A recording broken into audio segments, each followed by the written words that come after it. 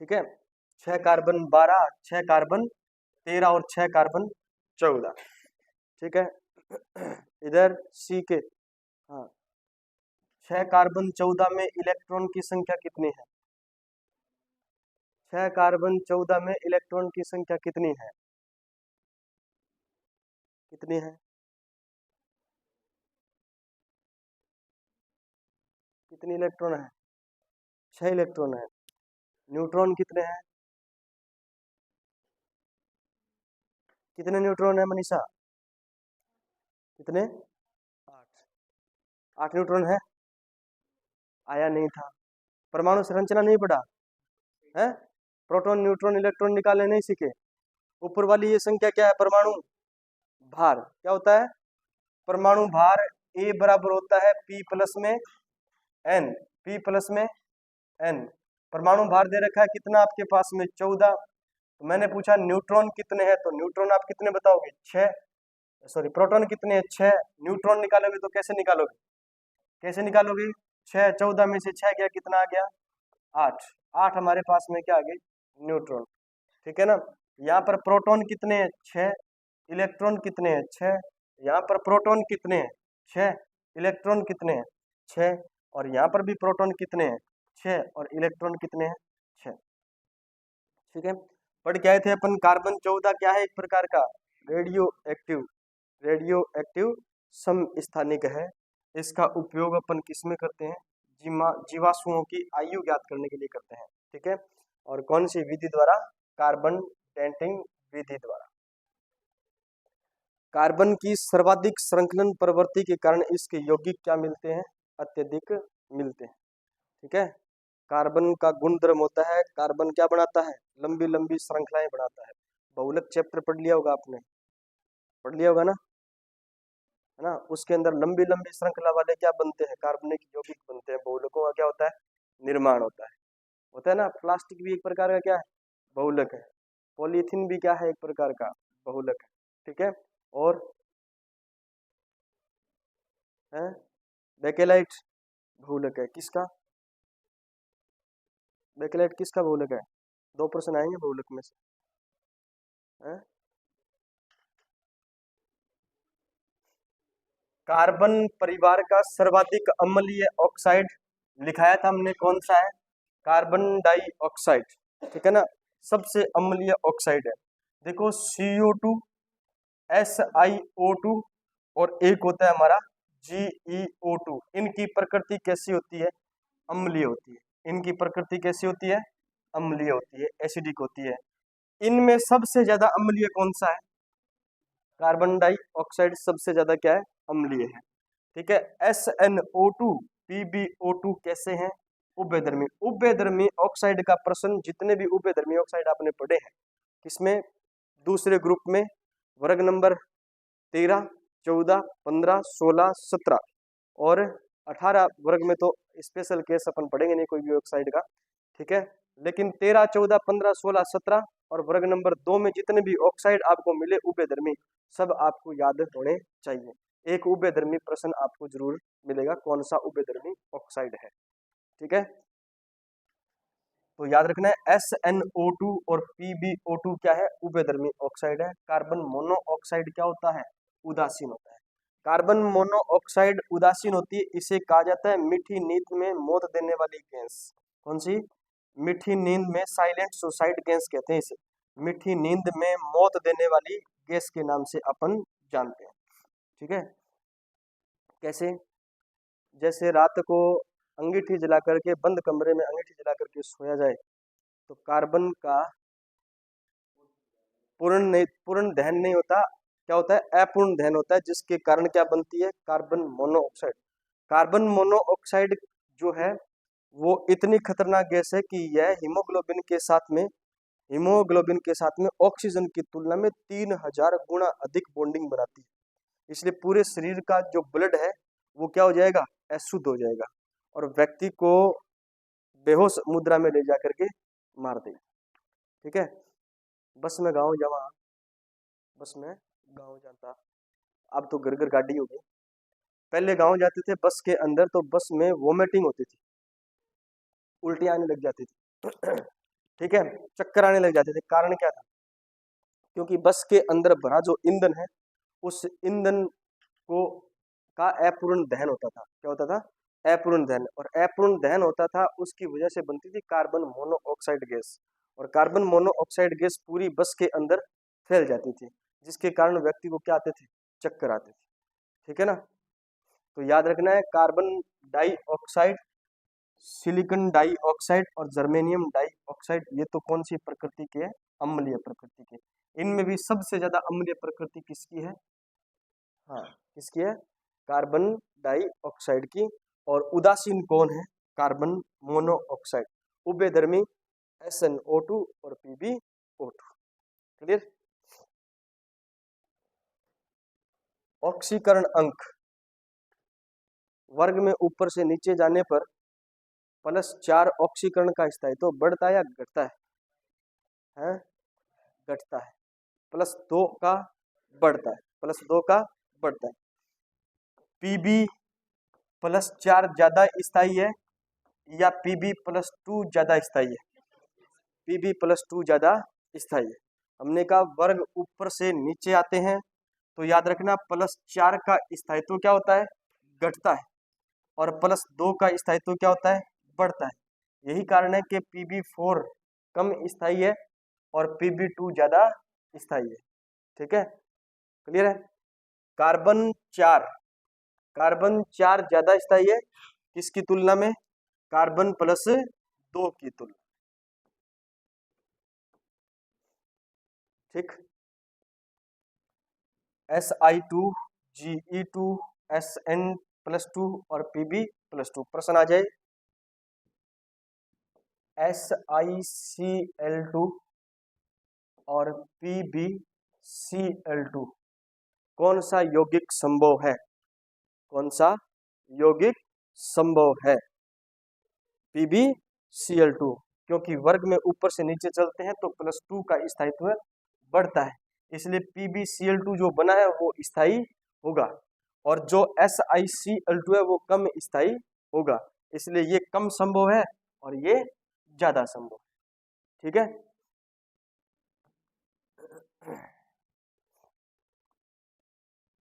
Carbon के अपर रूप, अपर रूप को इंग्लिश में कहते हैं एलोट्रोप्स। क्या कहते हैं? एलोट्रोप्स। अपर रूप एक ही पदार्थ के क्या होते हैं? यौगिक होते हैं। एक ही पदार्थ के क्या होते हैं? यौगिक होते हैं, एक ही तत्व के यौगिक होते हैं। ठीक है, दो या दो से अधिक पदार्थ जिनका रासायनिक संगठन क्या होता है? समान होता है, लेकिन भौतिक गुणधर्म और रासायनिक गुणधर्म क्या होते हैं? भिन्न भिन्न होते हैं। इन्हें अपन क्या कहते हैं? अपरूप कहते हैं। कार्बन के दो अपरूप होते हैं, एक तो होता है क्रिस्टलीय अपरूप। क्या होता है? क्रिस्टलीय अपरूप।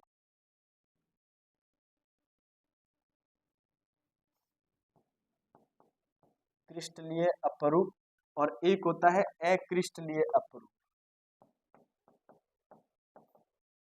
अक्रिस्टलीय अपरूप, पहले ये प्रश्न बहुत प्रसिद्ध प्रश्न था। हम 10th क्लास में पढ़ते हैं कि कार्बन के अपरूप। ठीक है, और हमें पढ़ाया जाता है किताबी ज्ञान की कार्बन के 3 अपरूप होते हैं, हीरा, ग्रेफाइट और फुलरेन। हीरा, ग्रेफाइट और फुलरेन। ये किताब, ये एग्जाम का प्रश्न बनने लग गया। तो इसमें पहली बात आपको ये याद रखना है कि अगर प्रश्न पूछा जाए कि बताइए कार्बन के कुल कितने अपरूप होते हैं, तब तो प्रश्न का उत्तर चेंज हो जाएगा। लेकिन अगर ऐसा पूछा जाए कार्बन के अपरूप कितने होते हैं, 2 ही होते हैं। पहला कौन सा? क्रिस्टलीय। और दूसरा कौन सा? अक्रिस्टलीय। क्रिस्टलीय के अंतर्गत आप पढ़ते हो हीरा, ग्रेफाइट, फुलरिन। हीरा, graphite, fullerene, carbon nanotube, carbon nanotube. ठीक है, और इसके अंदर आप अलग पढ़ते हो, अक्रिस्टलीय के अंदर है काजल है, कोक है, कोयला है। ये सब किसके अंदर पढ़ते हो? अक्रिस्टलीय के अंदर पढ़ते हो। तो फिर अगर प्रश्न आए कुल कितने अपरूप होते हैं, तब प्रश्न का उत्तर चेंज हो जाएगा। लेकिन प्रश्न पूछा जाए कार्बन के अपरूप कितने होते हैं, तो 2 ही होते हैं, एक क्रिस्टलीय और एक अक्रिस्टलीय। ठीक है,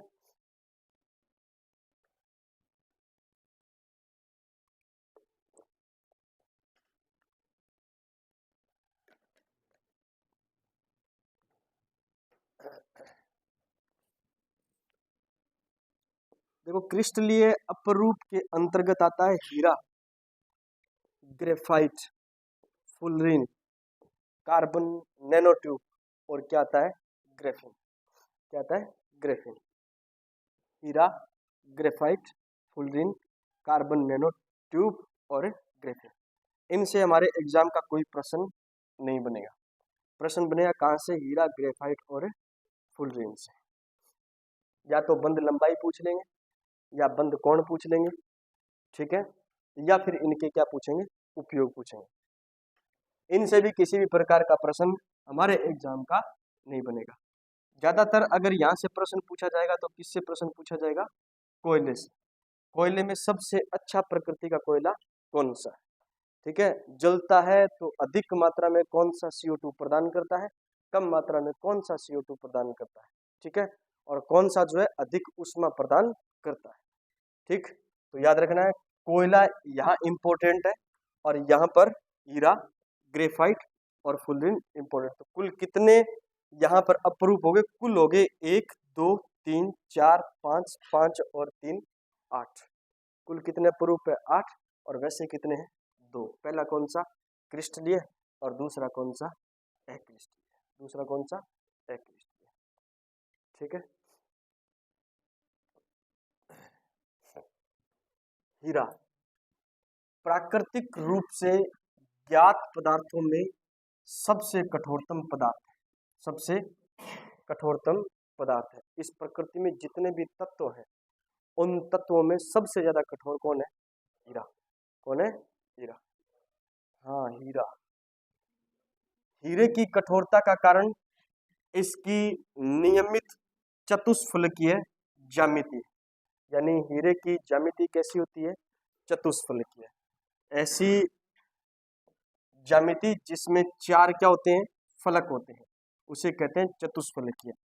हीरे में कार्बन का संकरण कौन सा होता है, sp3 संकरण होता है। कौन सा संकरण होता है, sp3 संकरण होता है। बस यहीं से प्रश्न बनने हमारे क्या हो गए, शुरू हो गए। हीरे की ज्यामिति कैसी, चतुष्फलकीय। हीरे में कार्बन का संकरण कैसा, sp3। कार्बन की व्यवस्था, चतुष्फलकीय व्यवस्था में कार्बन हीरे में पाया जाता है। बंद कोण कितने डिग्री का होता है, 109 डिग्री 28 मिनट होता है। 109 डिग्री 28 मिनट होता है।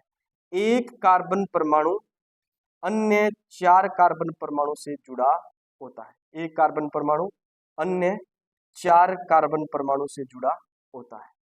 हीरे की बात कर रहे हैं अपन, और हीरे में मुक्त इलेक्ट्रॉन नहीं पाया जाता, इसलिए जो हीरा है विद्युत का क्या होता है, कुचालक होता है। ये बीच का एक कार्बन है, ठीक है, ये दूसरे कार्बन से जुड़ा है, तीसरे कार्बन से जुड़ा है, सॉरी 1 2 3 3 कार्बन ये हो गया, और ये चौथे कार्बन से जुड़ा हुआ है सामने। यहां से यहां तक की जो दूरी है, ये दूरी कहलाती है बंद लंबाई। क्या कहलाती है, बंद लंबाई, ठीक है। ये जो कोण है इस कार्बन और इस वाले कार्बन के बीच का, इसको अपन कहते हैं बंद कोण। क्या कहते हैं इसको, बंद कोण कहते हैं। क्लियर है। तो बंद कोण कितने डिग्री का है, बंद कोण है 109 डिग्री 28 मिनट का। 109 डिग्री 28 मिनट का, ठीक है। हीरे में बंद कोण होता है 109 डिग्री 28 मिनट का। और हीरे की संरचना अनंत त्रिविम जाल के रूप में होती है। याद रखना, ये तो है ज्यामिति, ये तो क्या है, ज्यामिति। यानी अगर आप इसको हवा के अंदर व्यवस्थित करना चाहोगे तो वो फिर वो है चतुष्फलकीय ज्यामिति। और इसकी संरचना बनाना चाहोगे आप तो फिर वो संरचना कैसी बनेगी, अनंत त्रिविम जाल के रूप में, ठीक। हीरा कार्बन का कठोरतम क्या कहलाता है, अपरूप कहलाता है। हीरा कार्बन का कठोरतम अपरूप कहलाता है। बंद लंबाई जो होती है वो 154 पिकोमीटर या 1.4 एंगस्ट्रॉम होती है। दोनों याद रखोगे आप, प्रश्न पिकोमीटर में भी पूछा जा सकता है, प्रश्न एंगस्ट्रॉम में भी पूछा जा सकता है। तो बंद लंबाई इसकी कितनी होती है, 1.54 एंगस्ट्रॉम होती है, या पिकोमीटर में 154 पिकोमीटर। हीरा विद्युत का कुचालक होता है। क्यों होता है कुचालक, क्योंकि मुक्त क्या नहीं पाए जाते, इलेक्ट्रॉन। मुक्त इलेक्ट्रॉन नहीं पाए जाते, इसलिए विद्युत का क्या होता है, कुचालक होता है। गलनांक होता है इसका 3843 केल्विन। क्या होता है, 3843 केल्विन। इसका होता है गलनांक।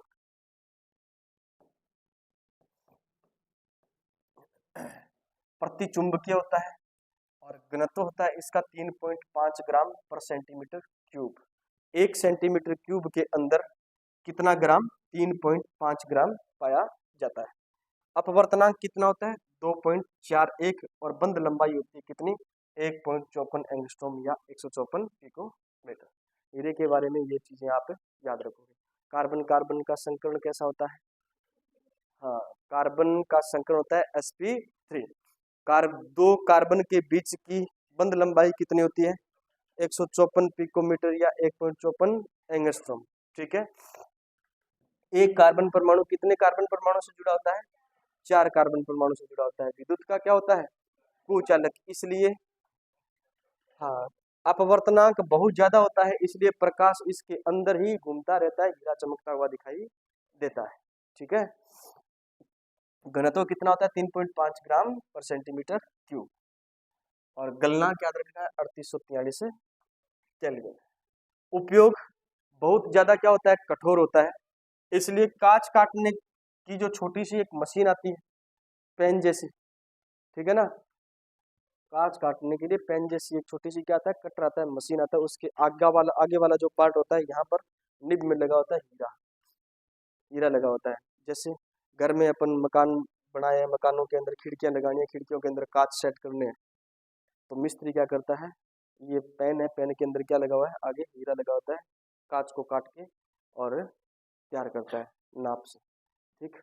तो कांच काटने के काम में लेते हैं, फोनोग्राम की सुई बनाने के काम में लेते हैं। फोनोग्राम सुना है क्या? देखा है क्या फोनोग्राम?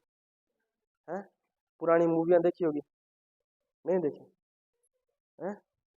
पुरानी मूवी अगर किसी ने देखी है तो एक रेडियो आप ये कह सकते हो, या टेप माध्यम कह सकते हो आप।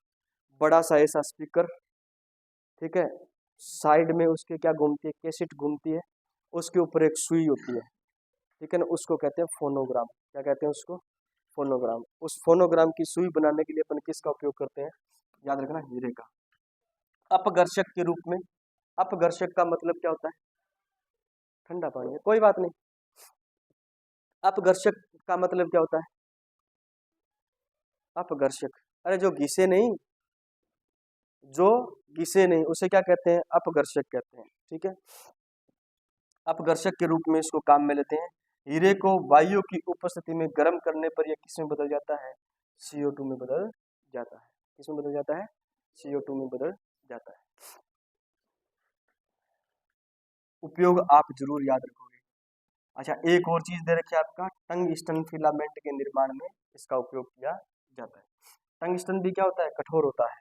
टंगस्टन भी क्या होता है? कठोर होता है। ये भी क्या होता है? कठोर होता है। आगे वाला क्या है? ग्रेफाइट। ग्रेफाइट।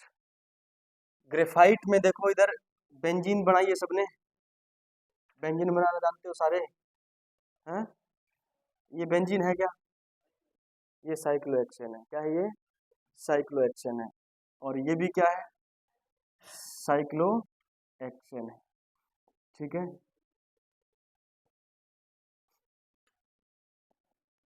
यहाँ कार्बन है और यहाँ भी क्या है?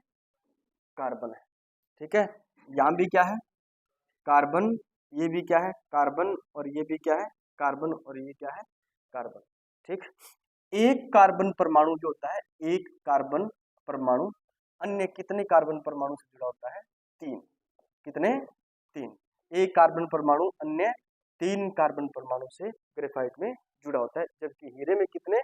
4 कार्बन परमाणु से जुड़ा होता है। अब आप आइडिया लगा सकते हो कि ये विद्युत का क्या होगा? सुचालक। क्यों? कार्बन की एक संयोजकता खाली रहेगी, इसलिए कार्बन में एक, ग्रेफाइट में एक इलेक्ट्रॉन मुक्त पाया जाता है, एक इलेक्ट्रॉन मुक्त पाया जाता है। यहाँ से यहाँ की बंध लंबाई जो होती है वो 142 पिकोमीटर होती है। कितनी होती है? 142 पिकोमीटर, या कितनी होती है? 1.42 एंगस्ट्रॉम होती है। 1.42 एंगस्ट्रॉम होती है। हीरे में, सॉरी, ग्रेफाइट में कार्बन का संकरण होता है sp2 संकरण। sp2 संकरण यानी 3 क्या पाए जाते हैं? सिग्मा बंध। और एक क्या पाया जाता है? पाई बंध। ठीक है। एक पाई बंद और 3 क्या पाए जाते हैं, सिग्मा बंद। ट्रिपल बॉन्ड है तो आप मुझे ये बताओ इसके अंदर कितने सिग्मा है कितने पाई है, 1 सिग्मा 2 पाई, और डबल बॉन्ड में 1 पाई, और सिंगल बॉन्ड में 1 सिग्मा। ठीक है, तो याद रखना है आपको 3 सिग्मा और 1 पाई बंद होता है, किस में होता है, तो आप कहोगे ग्रेफाइट के अंदर। ठीक है, और कौन सा संकरण होता है, sp2 संकरण होता है। बंद कोण कितने डिग्री का, 120 डिग्री का, जबकि हीरे के अंदर कितने डिग्री का, 109 डिग्री 28 मिनट का। वहां पर बंद लंबाई कितनी थी, 154 पिकोमीटर 1.4 एंगस्ट्रॉम, और यहाँ पर कितनी है 142 एंगस्ट्रॉम, यानी कितनी 142 पिकोमीटर 1.42 एंगस्ट्रॉम। ये ग्रेफाइट की एक परत है, ग्रेफाइट की क्या है, एक परत, और ये ग्रेफाइट की क्या है, दूसरी परत है ना। ये ग्रेफाइट की क्या है, दूसरी परत है।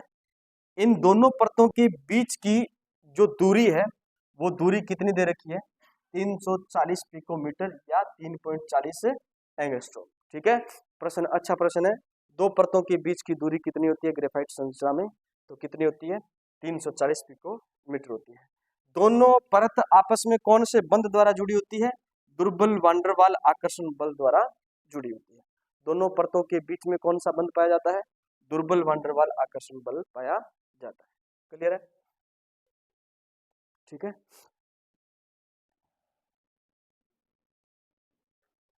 संरचना याद रखना इसकी कैसी होती है, षटकोणीय परतदार संरचना होती है। प्रत्येक कार्बन sp2 संकरित अवस्था में होता है। ज्यामिति इसकी समतल त्रिकोणीय होती है, और बंध लंबाई जो होती है वो होती है 1.42 एंगस्ट्रोम या 142 पिकोमीटर। ठीक है, दो परतों के बीच की दूरी 3.40 एंगस्ट्रोम या 340 पिकोमीटर, और बंध कोण 120 डिग्री। इसकी परतों के मध्य दुर्बल वांडरवाल आकर्षण बल पाया जाता है, जिसके कारण परतें परस्पर फिसल जाती है, इसलिए इसका उपयोग शुष्क स्नेहक के रूप में लिया जाता है। शुष्क स्नेहक का मतलब समझ गए, शुष्क स्नेहक का मतलब समझ गए, ग्रीस एक प्रकार का शुष्क स्नेहक है, चिकना पदार्थ है ग्रीस। ठीक है, ग्रीस को काम में लेते हैं कहाँ पर, बेरिंग में लगाने के लिए। ठीक है ना, उसी प्रकार ये ग्रेफाइट जो है इसकी परतें आपस में एक दूसरे पर क्या कर जाती है, फिसल जाती है। ठीक है ना, इसलिए इसका उपयोग करते हैं शुष्क स्नेहक बनाने के लिए काम में लेते हैं। ठीक है, ऑयल को भी शुष्क स्नेहक के रूप में अपन काम में लेते हैं। ठीक है, उसी प्रकार ग्रेफाइट को भी शुष्क स्नेहक के काम में लेते हैं।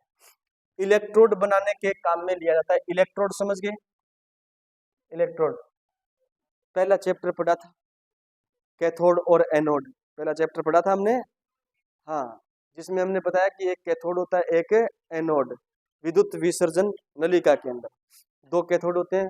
इसको भी कैथोड बनाने के काम में अपन लेते हैं।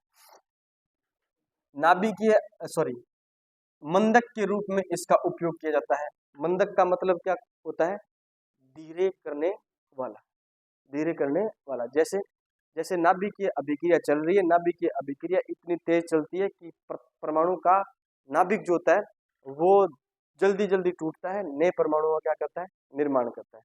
ये अभिक्रिया नाभिकीय भट्टी या नाभिकीय रिएक्टर के अंदर चलती है। उन अभिक्रियाओं को धीरे करने के लिए अपन किसको काम में लेते हैं, ग्रेफाइट को काम में लेते हैं। क्यों, ग्रेफाइट की प्रकृति कैसी है, मंदक, कैसी है, मंदक के रूप में। लेड पेंसिल में ग्रेफाइट होता है, लेड पेंसिल में क्या होता है, ग्रेफाइट। लेड पेंसिल जानते हो, है? पेंसिल होती है ना आपके पास में, नटराज, हाँ, लिखने वाली नटराज पेंसिल, उसके अंदर क्या होता है, ग्रेफाइट होता है। क्या होता है, ग्रेफाइट होता है। ठीक है,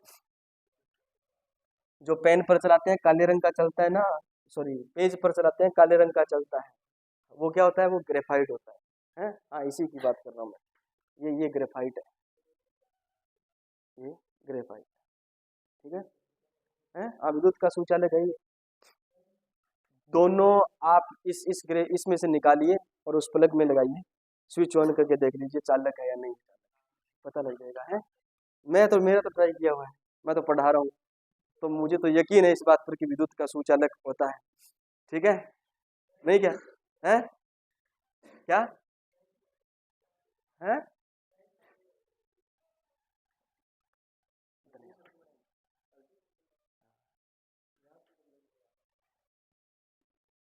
आज आज अठी बना ले आप।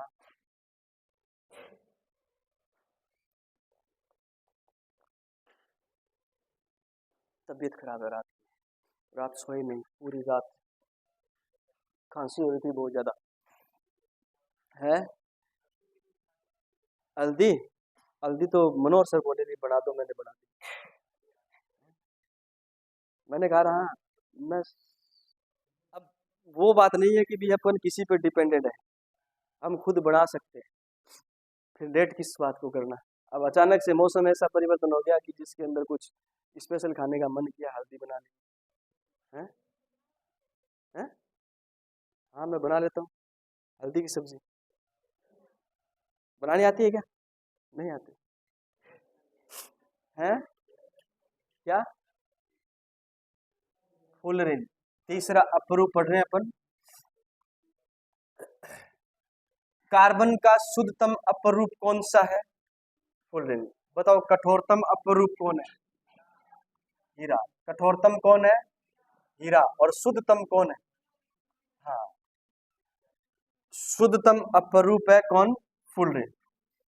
फुलरिन को अपन कार्बन 60 द्वारा लिखते हैं, मतलब एक फुलरिन के अंदर कार्बन कितने होते हैं? 60। कितने होते हैं? 60 होते हैं। इसे बक्की बोल भी कहा जाता है, बकमिस्टर फुलरिन भी कहा जाता है। बकमिस्टर ये एक मूर्तियां बनाता है, मूर्तियां बनाने वाले को क्या कहते हैं? शिल्पकार। क्या कहते हैं? शिल्पकार। शिल्पकार का नाम है बकमिस्टर फुलरिन। इसके द्वारा बनाई गई जो बोल होती थी, उस बोल की संरचना के समान दिखाई देता है, कौन देता है? फुलरिन देता है। इसलिए इसे बक्की बोल या फिर क्या कहते हैं? बकमिस्टर फुलरिन कहा जाता है, जिसके अंदर कार्बन कितने होते हैं? 60 होते हैं। बस इसमें से प्रश्न आने वाली चीज ये है, ठीक है। प्रश्न पूछा जाएगा इसमें कितने फलक होते हैं? 32 फलक या 32 गोले होते हैं, जिसके अंदर 20 फलक क्या होते हैं? षटकोणीय, और 12 फलक क्या होते हैं? पंचकोणीय। बकमिस्टर फुलरिन के अंदर पंचकोणीय फलकों की संख्या कितनी होती है? 12। बकमिस्टर फुलरिन में षटकोणीय फलकों की संख्या कितनी होती है? 20। ये मेन प्रश्न है फुलरिन का, ठीक है। विद्युत का क्या होता है? सुचालक। और एरोमेटिक होता है। एरोमेटिक क्या होते हैं? एरोमेटिक यौगिक कौन से होते हैं? एरोमेटिक यौगिक कौन से होते हैं? सबसे मेन कंडीशन क्या है एरोमेटिक यौगिकों की? चक्रीय, सभी कौन ने sp2 संकेत हो, और और बढ़िया।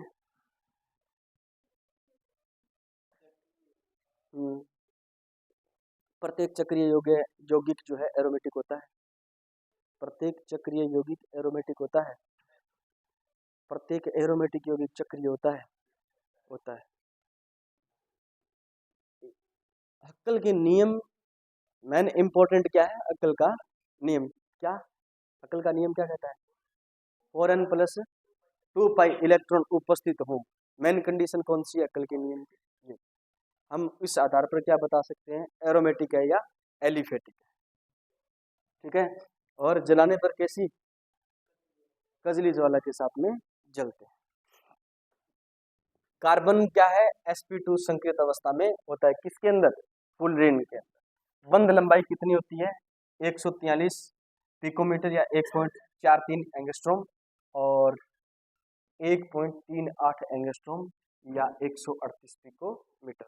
किसके अंदर है? ऊपर वाली है षटकोणीय, नीचे वाली है पंचकोणीय वलय के अंदर, ठीक। अति चालकता प्रदर्शित करता है ये, इसलिए इसे अति चालक के रूप में अपन क्या करते हैं? काम में लेते हैं। मतलब विद्युत का बहुत अधिक मात्रा में क्या करता है? ये प्रवाह करता है। अति चालक के रूप में इसको क्या करते हैं? अपन काम में लेते हैं। हीरा फुलरिन दोनों प्रतिचुंबकीय होते हैं, जबकि ग्रेफाइट क्या होता है? अनुचुंबकीय होता है। ग्रेफाइट क्या होता है? अनुचुंबकीय होता है। कार्बन के अक्रिस्टलीय अपरूप पहला है चारकोल। कार्बन को वायु की अनुपस्थिति में गर्म करके निर्माण किया जाता है। किसका किया जाता है? चारकोल का निर्माण किया जाता है। चारकोल भी दो प्रकार के होते हैं, जानतो चारकोल और लकड़ी का चारकोल। जानतो मतलब जंतुओं से प्राप्त चारकोल, और लकड़ी का चारकोल मतलब लकड़ी से नहीं, लकड़ी से प्राप्त चारकोल, लकड़ी से प्राप्त चारकोल। समझ गए? जानतो चारकोल, कास्ट चारकोल और सिलिका चारकोल।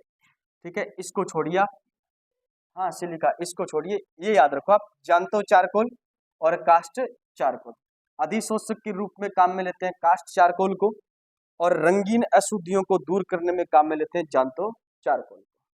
ठीक है, रंगीन अशुद्धियों को दूर करने में जानतो चारकोल को, और कास्ट चारकोल को अधिशोषक के रूप में। अधिशोषक अपन आगे चैप्टर पढ़ेंगे, अधिशोषण, अधिशोष्य, अधिशोषक। ठीक है, 3 चीजें होती है, आगे पढ़ेंगे चैप्टर। कोयला, कोयला एक तो होता है एंथ्रेसाइट। क्या होता है? एंथ्रासाइट, जिसके अंदर कार्बन की प्रतिशत मात्रा कितनी होती है? 85% कार्बन की प्रतिशत मात्रा होती है। चमकीला और कैसा होता है? काला। जलने पर सर्वाधिक मात्रा में CO2 व सर्वाधिक मात्रा में क्या प्रदान करता है? ऊर्जा प्रदान करता है। इसलिए सबसे इंपॉर्टेंट कोयला कौन सा है? एंथ्रासाइट। जलने पर सर्वाधिक मात्रा में क्या उत्पन्न करेगा? CO2, और जलने पर सर्वाधिक मात्रा में क्या प्रदान करेगा? ऊर्जा प्रदान करेगा। इसलिए याद रखना है सबसे इंपॉर्टेंट कोयला। कार्बन की मात्रा कितना परसेंट है? 85%। बिटुमिन्स, बिटुमिन्स जो है इसके अंदर कार्बन की मात्रा कितना परसेंट है? 70% है, और ये भी कैसे रंग का होता है? काला रंग। लिग्नाइट जो है कार्बन की मात्रा कितना परसेंट है? 60% है, भूरे रंग का होता है। राजस्थान में सर्वाधिक पाया जाने वाला कोयला कौन सा है? हाँ लिग्नाइट है। राजस्थान में सर्वाधिक पाया जाने वाला कोयला कौन सा है? लिग्नाइट है। ठीक है। पीट, कार्बन की मात्रा 45% है, रंग कैसा होता है? भूरा। पीट सर्वाधिक धुआं देता है, इसलिए सर्वाधिक घटिया अगर कोयला तो वो कौन सा है? पीट है। ठीक है, घटिया कौन सा है? पीट है, पीट नहीं पीट है। ठीक है, तो कोयले कितने प्रकार के? नंबर 1 क्या है? एंथ्रासाइट। क्या है?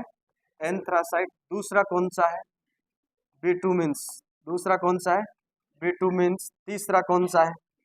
लिग्नाइट। तीसरा कौन सा है? लिग्नाइट। और चौथा कौन सा है? पीट। चौथा कौन सा है? पीट। ठीक है ना। पीट में कोयले की मात्रा, कार्बन की मात्रा कितना परसेंट है? 45%। एंथ्रासाइट में कितनी है? 85%। कितना परसेंट?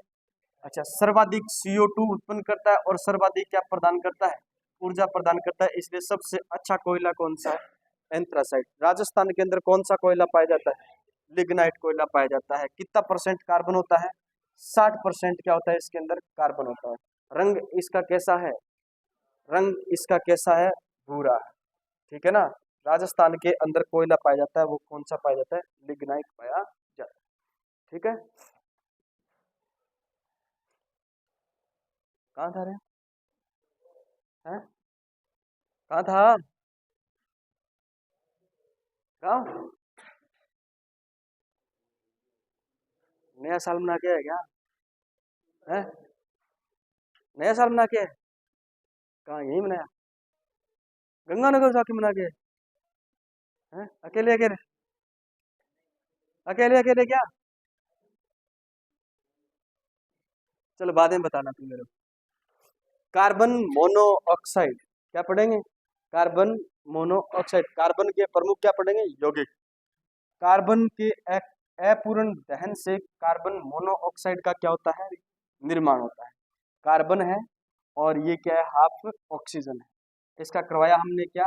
अपूर्ण दहन, तो बन गई क्या? Carbon monoxide. कार्बन मोनोऑक्साइड याद रखना, कार्बन मोनोऑक्साइड लिखी जाती है ऐसे, न कि ऐसे। ठीक है, ये कोबाल्ट है, ऊपर वाला क्या है? Carbon monoxide. ठीक है, प्रश्न, सीधा प्रश्न एग्जाम में आता है, कार्बन के अपूर्ण दहन से कौन सी गैस का निर्माण होता है? कार्बन मोनोऑक्साइड गैस का निर्माण होता है। कार्बन मोनोऑक्साइड गैस का निर्माण होता है। ये है फॉर्मिक अम्ल। अगर फॉर्मिक अम्ल को उच्च ताप पर गर्म करते हो तो भी कौन सी गैस बनती है? कार्बन मोनोऑक्साइड गैस बनती है। ठीक है ना।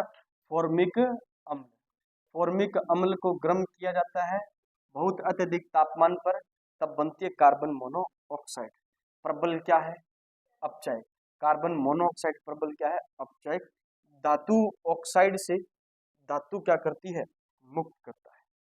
धातु ऑक्साइड से धातु क्या करता है, मुक्त करता है। ये आयरन का क्या है, ऑक्साइड। इसकी अभिक्रिया करवाई हमने किसके साथ में, कार्बन मोनोऑक्साइड की। ठीक है ना। कार्बन मोनोऑक्साइड में कितने ऑक्सीजन थे, दो। कार्बन मोनोऑक्साइड में कितने ऑक्सीजन, एक ऑक्सीजन।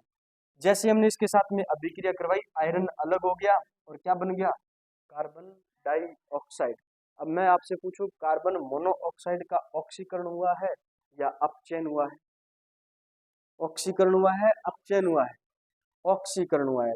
क्यों, क्योंकि इसके साथ में ऑक्सीजन जुड़ा है, ऑक्सीजन जुड़ा है। इसलिए जिसका ऑक्सीकरण होता है वो क्या कहलाता है, अपचायक कहलाता है। वो क्या कहलाता है, अपचायक कहलाता है। जिसका ऑक्सीकरण होता है वो क्या कहलाता है, अपचायक कहलाता है। तो याद रखना है, धातु ऑक्साइड से धातु को अलग करने के लिए किसका उपयोग करते हैं अपन, कार्बन मोनोऑक्साइड का उपयोग करते हैं। क्यों, क्योंकि कार्बन मोनोऑक्साइड प्रबल क्या होता है, अपचायक होता है। प्रबल क्या होता है, अपचायक होता है। क्लियर है।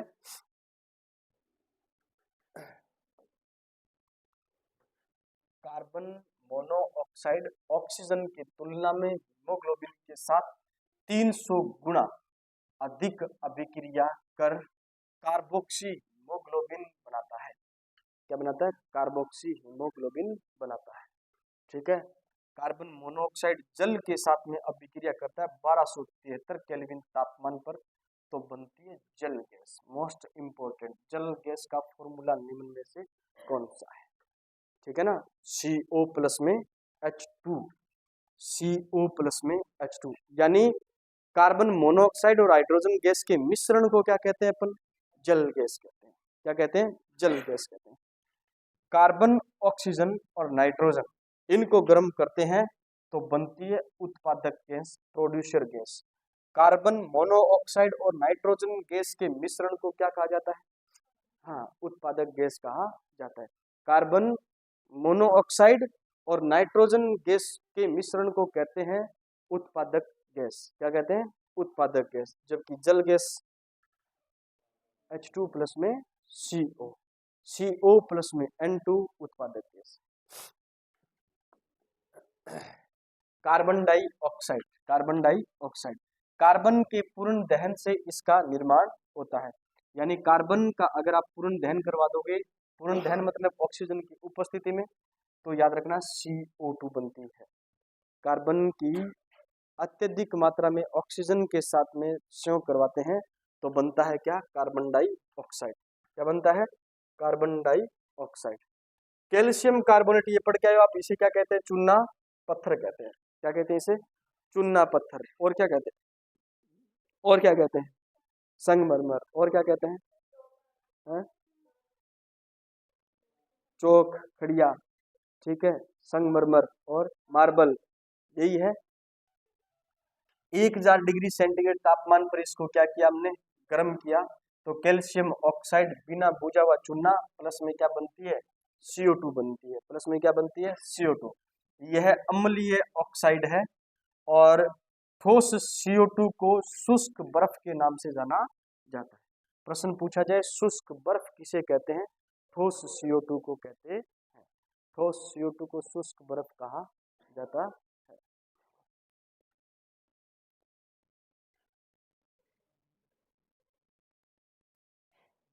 सीक्रेट है क्या, है, संभालू मैं, है, बाहर जाके बताए,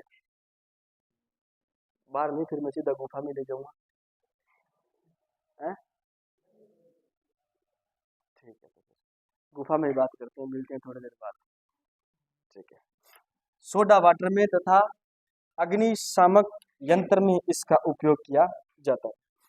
सोडा वाटर जान गए, सोडा वाटर गर्मी के दिनों में बग्गू वाले कुएं पर सोडा वाटर पिलाते हैं ना, वो जान, पता नहीं यहीं का नहीं है क्या, तो यहाँ सूरतगढ़ का कौन है, ये जानते, बग्गू वाले कुएं पिलाता है सोडा वाटर, गर्मी के दिनों में पीते हैं।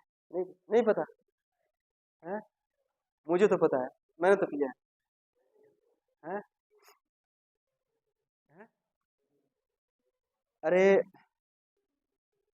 नींबू का फ्लेवर है या जीरे का फ्लेवर है, उसके अंदर CO2 गैस प्रवाहित करवा करके और पीते हैं, ठीक है। हाँ, फ्लेवर के अंदर वैसे तो CO2 गैस नुकसान करती है, CO2 गैस नुकसान करती है। जैसे मान लीजिए ये अपने पास में नींबू का फ्लेवर है, इसके अंदर क्या डाल दिया हमने, सोडा वाटर सॉरी अपने डाल दिया CO2 गैस। अब वो पियेंगे अपन, तो बनी हुई जो CO2 गैस है वापिस डकार के साथ में क्या आएगी, बाहर आएगी, तो अपन कहते हैं हाँ शांति आ गई, यहाँ कौन इंग अंदर CO2 भाई तो बाहर निकली, हाँ शांति आ गई, इंग अंदर बनी की CO2 ही भाई तो बाहर आई, ठीक है। तो ऐसी कोई बात नहीं होती, बस वो फ्लेवर का क्या आता है, टेस्ट आता है, ठीक है। और अग्निशामक यंत्र सबको पता है, यहाँ लगा होगा, हाँ, इसके अंदर कौन सी गैस है, CO2 गैस है, कौन सी गैस है इसके अंदर, CO2 गैस है, ठीक है ना।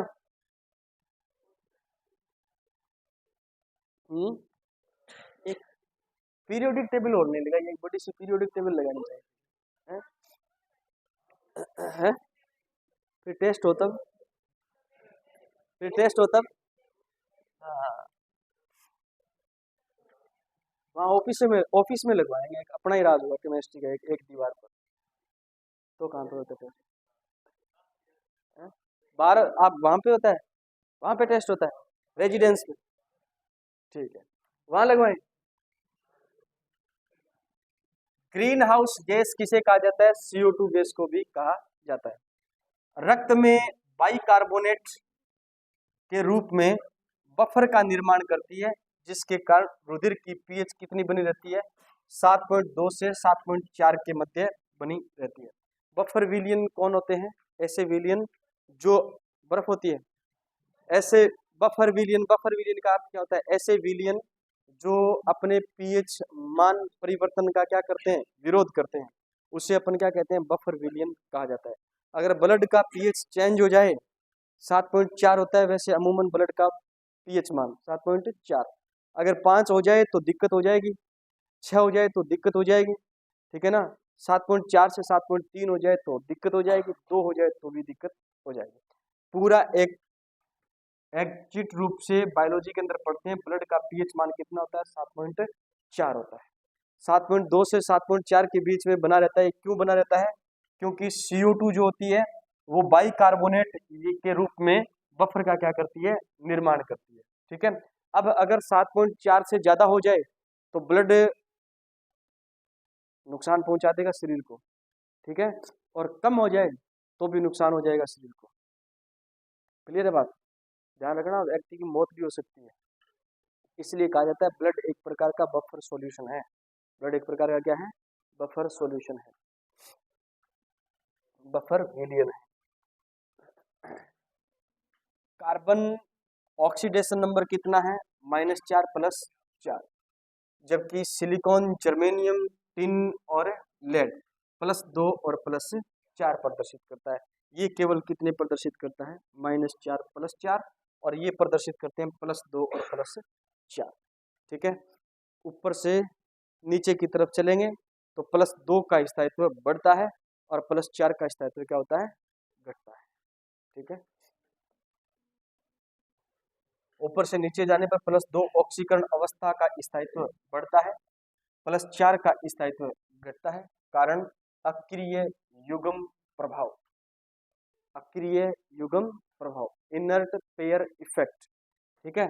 इस नाम से प्रश्न आएगा आपके एक पेपर में, अभी जो पेपर होगा, inert pair effect, inert pair effect English में, अक्रिय युग्म प्रभाव, अक्रिय युग्म प्रभाव, ठीक है। -4 ऑक्सीकरण अवस्था का स्थायित्व भी ऊपर से नीचे आते हैं तब घटता है, इसलिए कार्बन +4 और -4 में स्थायी ज्यादा होता है, +2 के अंदर स्थायी नहीं होता, ठीक है। लेड जो होता है +4 के अंदर स्थायी नहीं होता, +2 के अंदर ज्यादा स्थायी होता है।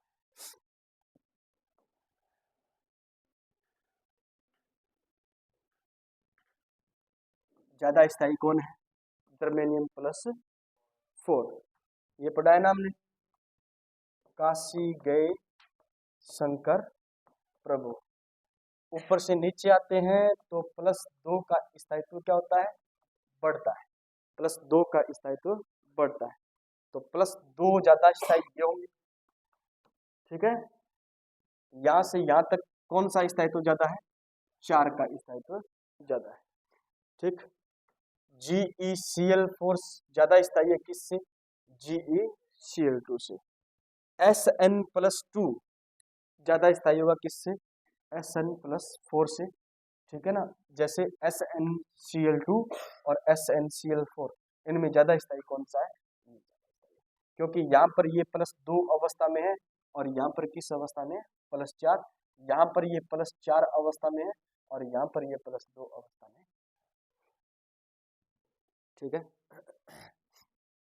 केवल Sn जल के साथ या जल वाष्प के साथ अभिक्रिया कर हाइड्रोजन गैस विस्थापित करती है, अन्य नहीं।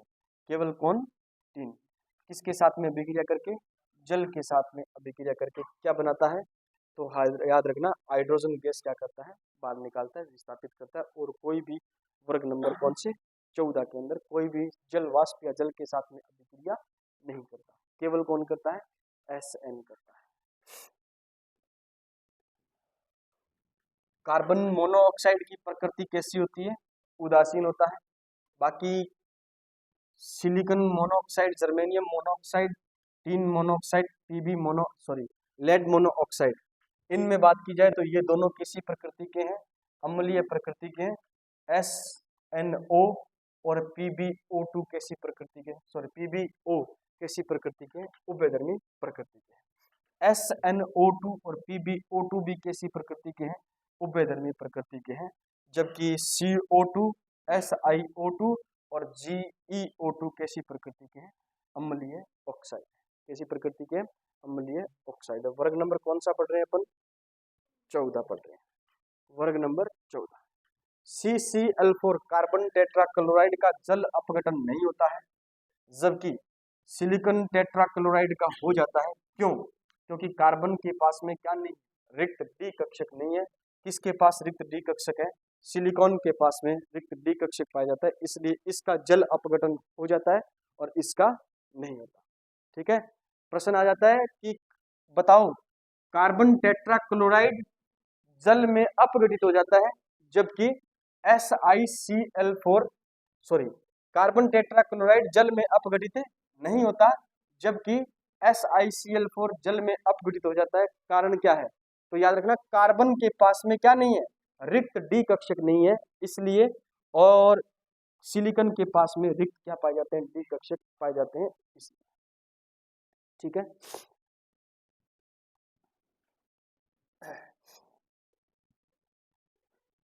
वर्ग नंबर 15, वर्ग नंबर 15, वर्ग नंबर 15 को बिना देखे कौन बता सकता है,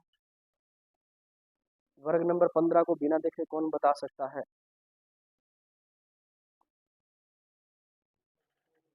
अब तो देख लिया, फिर भी बता दो। फिर भी केसियां, पाटेगर, बीमारी, क्या नाम है इसका, बोलेगा नहीं, अब कोई नहीं बोलेगा, बोलेगा नहीं कोई। हाँ,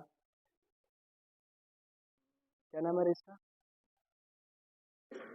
एडिडास, क्या नाम है इसका, नहीं पता, इंगो, कौन याद है, आशिकी को नहीं, आर्सेनिक है, आर्सेनिक के है, आर्सेनिक।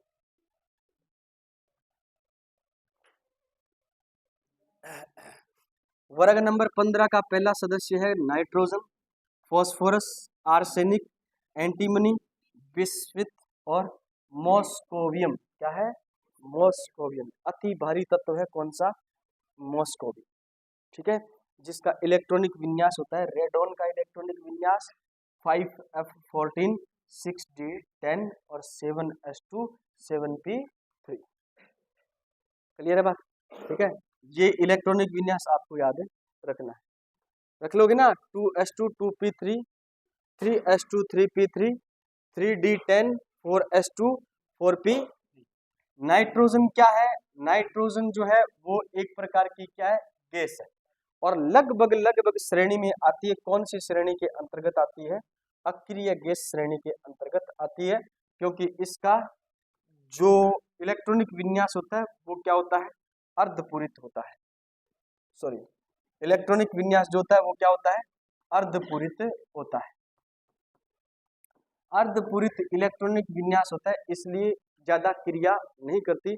ये इलेक्ट्रॉनिक विन्यास स्थायी होता है, इसलिए इसे कहा जाता है लगभग कौन सी गैस कहा जाता है? अक्रिय गैस। बाकी वर्ग नंबर 18 में सभी गैसें कैसी है? अक्रिय गैसें। ठीक है, इसमें नाइट्रोजन भी कौन सी प्रकृति की होती है? अक्रिय गैस प्रकृति की होती है। रख लोगे आप, इलेक्ट्रॉनिक विन्यास तो निकाल ही सकते हो आप। ठीक है।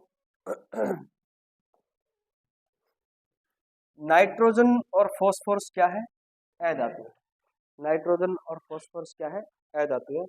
जबकि आर्सेनिक एंटीमनी क्या है? उपधातु है। बिस्मिथ धातु है। मॉस्कोवियम रेडियो एक्टिव अति भारी क्या है? तत्व है।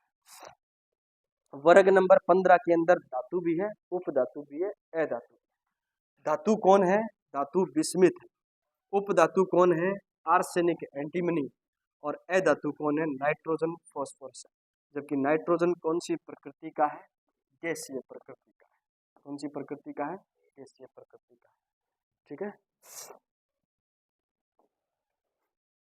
विद्युत ऋणता, विद्युत ऋणता लगभग समान होती है एंटीमनी और बिस्मिथ, एंटीमनी और बिस्मिथ की। नाइट्रोजन की सबसे ज्यादा विद्युत ऋणता होती है, फॉस्फोरस, आर्सेनिक, एंटीमनी और बिस्मिथ। ठीक है, क्लियर है। वर्ग में ऊपर से नीचे आते हैं। विद्युत ऋणता का मान क्या होता है? कम होता है। विद्युत ऋणता का मान क्या होता है? कम होता है। इनमें सबसे ज्यादा अधिक विद्युत ऋणी कौन है? नाइट्रोजन है। कौन है?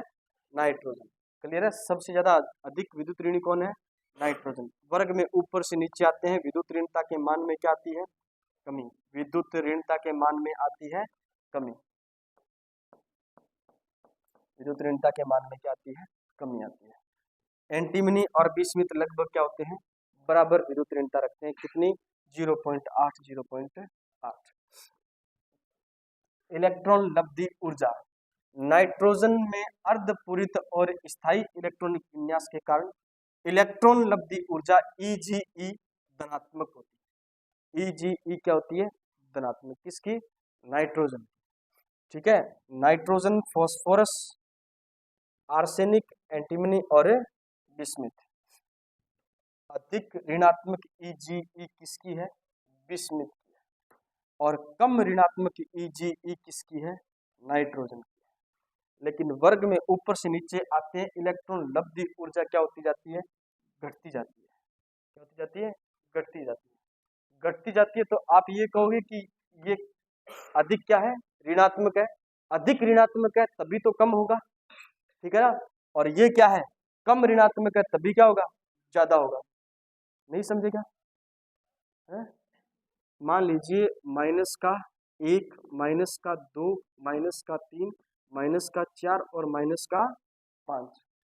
हमने कहा ऊपर से नीचे आते हैं। विद्युत ऋणता के मान में क्या आती है? विद्युत ऋणता के मान में क्या आती है? कमी आती है। विद्युत ऋणता के मान में क्या आती है? कमी आती है। सॉरी, इलेक्ट्रॉन लब्धि ऊर्जा के मान में भी क्या आती है? कमी आती है। अधिक ऋणात्मक EgE किसकी है? बिस्मिथ की है। अधिक ऋणात्मक EgE बिस्मिथ की है। इसका मतलब ये क्या होगा? इलेक्ट्रॉन लब्धि ऊर्जा उसकी क्या होगी? सबसे कम होगी। -1, -2, -3, -4, -5। इनमें ज्यादा कौन है? कम कौन है? ज्यादा कौन है इनमें? अरे बड़ा कौन है इसमें? -1 क्या है? बड़ा है। -5 क्या है? छोटा है। -5 क्या है? छोटा है। बस यही चीज है यहाँ पर। ठीक है। इलेक्ट्रॉन जोड़ोगे तो अधिक ऋणात्मक ऊर्जा किसकी होगी? अधिक ऋणात्मक ऊर्जा किसकी होगी? बिस्मिथ की होगी। ठीक है ना। और इलेक्ट्रॉन जोड़ोगे तो कम ऋणात्मक ऊर्जा किसकी होगी? नाइट्रोजन की होगी। क्लियर है।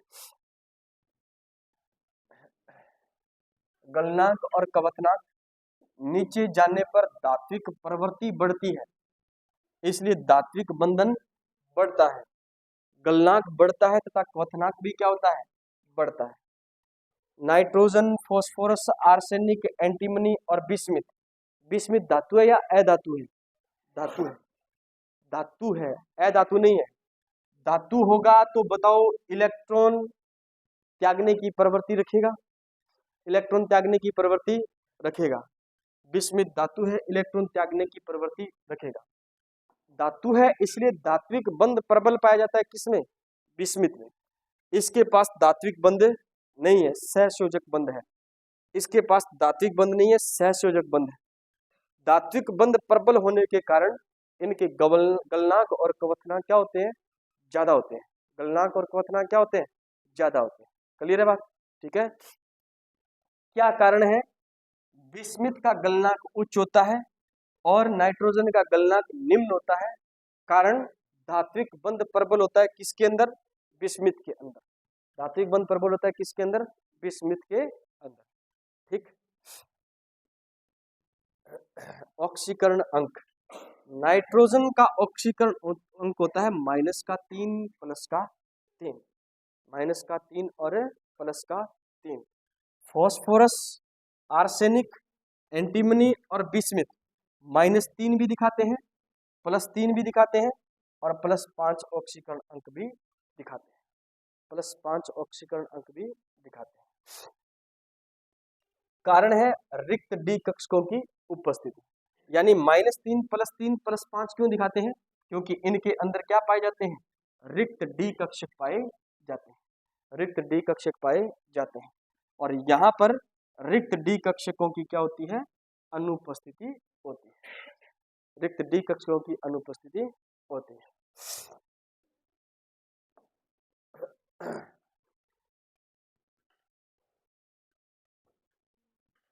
ऊपर से नीचे आते हैं, नाइट्रोजन से कहाँ आते हैं? बिस्मिथ की तरफ आते हैं। तो -3 ऑक्सीकरण का स्थायित्व क्या हो जाता है? घट जाता है। -3 ऑक्सीकरण अंक का स्थायित्व घटता जाता है। +3 और +5 का स्थायित्व क्या होता जाता है? बढ़ जाता है। कारण क्या है? अक्रिय युग्म प्रभाव, इनर्ट, इनर्ट अभी बढ़ाया था क्या बताया? हाँ, inert pair effect, inert pair effect. याद रखना ऊपर से नीचे आते हैं तो -3 ऑक्सीकरण अंक का स्थायित्व घटता है, घटता है। +3 +5 का स्थायित्व बढ़ता है, +3 +5 का स्थायित्व बढ़ता है। ठीक है। क्या ये संभव है? NCl5 नहीं संभव। क्यों? क्योंकि NCl5 बनेगा ही नहीं। क्यों नहीं बनेगा? क्योंकि यहाँ पर नाइट्रोजन का ऑक्सीकरण अंक कितना है? 5, जबकि नाइट्रोजन का कितना होता है? +3 और -3 होता है। ठीक है। क्या ये संभव है? ये बन सकता है, PCl5 बन सकता है। ठीक है। क्या ये संभव है? ये भी बन सकता है, बन सकता है। ठीक।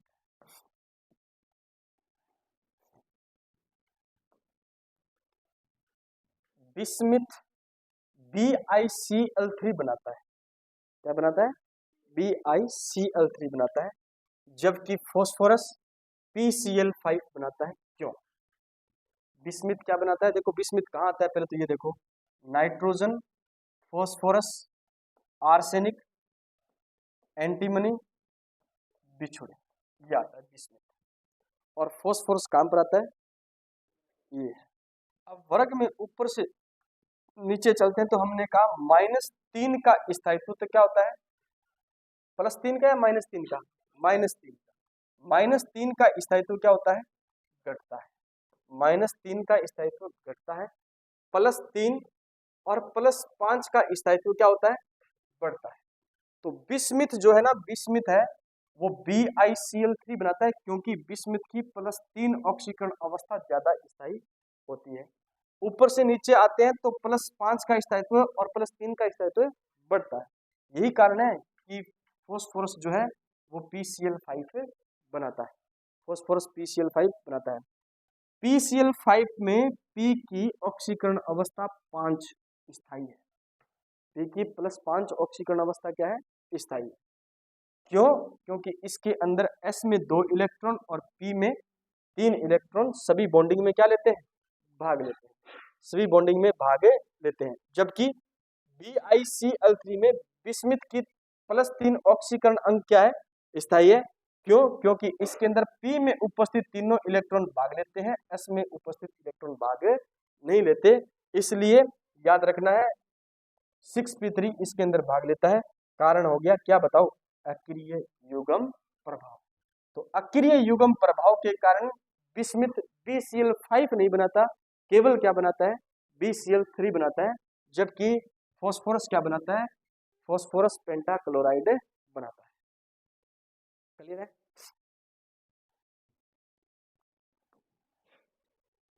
वर्ग 15 के रासायनिक गुणधर्म। हाइड्रोजन के साथ में क्रिया करके क्या बनाते हैं? हाइड्राइड बनाते हैं। क्या बनाते हैं? और वर्ग नंबर 1 के सदस्य क्या बनाते हैं? हाइड्राइड। वर्ग नंबर 2 के सदस्य क्या बनाते हैं? हाइड्राइड। क्या बनाते हैं? हाइड्राइड। तो हाइड्रोजन के साथ में क्रिया करके क्या बनाते हैं? हाइड्राइड बनाते हैं। इसे कहते हैं अमोनिया, इसे कहते हैं फोस्फिन, ये आर्सेनिक हाइड्राइड, ये एंटीमनी हाइड्राइड, और ये क्या बन गया? Bismuth hydride. प्रश्न आता है, इधर से इधर जाते हैं, किधर से किधर? नाइट्रोजन हाइड्राइड से किधर जाते हैं? बिस्मिथ हाइड्राइड की तरफ चलते हैं। मतलब ऊपर से नीचे की तरफ आते हैं। तो आकार में क्या होती है? वृद्धि। आकार में क्या होती है? वृद्धि। आकार में वृद्धि होती है तो बंध लंबाई बताओ क्या होगी? बढ़ेगी। मतलब बिस्मिथ का नाभिक और हाइड्रोजन के बीच में जो बॉन्डिंग होती है, उस बॉन्डिंग की लंबाई क्या होती है? ज्यादा होती है। किसकी तुलना में? नाइट्रोजन के नाभिक और हाइड्रोजन के बीच की जो बॉन्डिंग है उसकी तुलना में बॉन्डिंग की लंबाई ज्यादा। कहां पर है? यहाँ पर बिस्मिथ हाइड्राइड बंध लंबाई क्या होती है? बहुत ज्यादा होती है। बंध लंबाई ज्यादा होगी तो बंध को तोड़ने के लिए ऊर्जा कम चाहिए या ज्यादा चाहिए? कम चाहिए। क्या चाहिए? कम चाहिए। ठीक है, तो बंध ऊर्जा क्या होती है? घटती है। बंध लंबाई बढ़ती है, बंध ऊर्जा घटती है। ठीक है, अम्लीय सामर्थ्य बढ़ेगा, अम्लीय सामर्थ्य बढ़ेगा। ध्यान देना, ये नाइट्रोजन हाइड्राइड, नाइट्रोजन का हाइड्राइड है, इसका आकार छोटा है। नाइट्रोजन के नाभिक ने हाइड्रोजन को प्रबलता से बंध बना करके पकड़ रखा है। क्लियर है? अब इस बंध को तोड़ने के लिए ऊर्जा क्या चाहिए? ज्यादा चाहिए। यहाँ पर बिस्मिथ के नाभिक ने हाइड्रोजन को बांध रखा है, लेकिन इनके बीच की बंध लंबाई क्या है? ज्यादा। बंध लंबाई ज्यादा है तो उतनी एनर्जी चाहिए नहीं, कम एनर्जी चाहिए। अब बताओ ज्यादा जल्दी हाइड्रोजन ये डोनेट करेगा या हाइड्रोजन ये डोनेट करेगा? ये जो ज्यादा जल्दी हाइड्रोजन डोनेट करेगा वो उतना ही ज्यादा अम्लीय होगा, उतना ही ज्यादा अम्लीय। क्षारीय नहीं, क्षारीय मतलब OH- आयन देता है वो क्षारीय कहलाता है। हाइड्रोजन देता है वो क्या कहलाता है? अम्ल कहलाता है। तो ज्यादा प्रबल अम्लीय कौन होगा? Bismuth hydride. क्लियर है? क्यों? क्योंकि आकार बड़ा होने के कारण जल्दी क्या दे देगा? H+ आयन दे देगा। इसलिए याद रखना है इसकी अम्लीय सामर्थ्यता भी क्या होती है? बढ़ती है। अपचायिक सामर्थ्यता बढ़ेगी, अपचायिक सामर्थ्यता बढ़ेगी, और तापीय स्थायित्व क्या होता है? घटता है। तापीय स्थायित्व घटता है। इसका मतलब यह NH3 तापीय स्थायित्व ज्यादा है और बिस्मिथ हाइड्राइड का तापीय स्थायित्व क्या है? कम है। गर्म करोगे जल्दी हाइड्रोजन देगा, इसलिए कम स्थायी होगा। इसको ज्यादा क्या देनी पड़ेगी? एनर्जी देनी पड़ेगी। आप ये भी कह सकते हो यहाँ पर नाभिक और हाइड्रोजन के बीच आकर्षण क्या है? ज्यादा, और वहां पर कम है, इसलिए तापीय स्थायित्व भी उसका कम होगा, इसका ज्यादा। क्लियर है? NH3 दुर्बल क्या है? अपचायक, और बिस्मिथ भी प्रबल क्या है? अपचायक। ठीक है, अमोनिया अधिक स्थायी है, फोस्फिन कम स्थायी है, जबकि कैसी गैस है? जहरीली गैस है। आर्सेनिक अत्यधिक जहरीली गैस है, और SbH3 अत्यधिक अस्थायी, अत्यधिक अस्थायी है। ठीक है, इनमें सबसे ज्यादा जहरीली कौन है? Arsenic hydrate, arsenic hydride.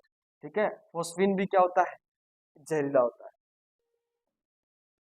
ओस्मिन भी क्या होता है, जहरीला होता है। ये थी आज की हमारी क्लास, और वर्ग नंबर 16, वर्ग नंबर 17, वर्ग नंबर 18 इससे जस्ट आगे अपन पढ़ेंगे। ठीक है, वर्ग नंबर कहाँ तक पढ़ लिया हमने, 15 तक। कहाँ तक पढ़ लिया, 15 तक।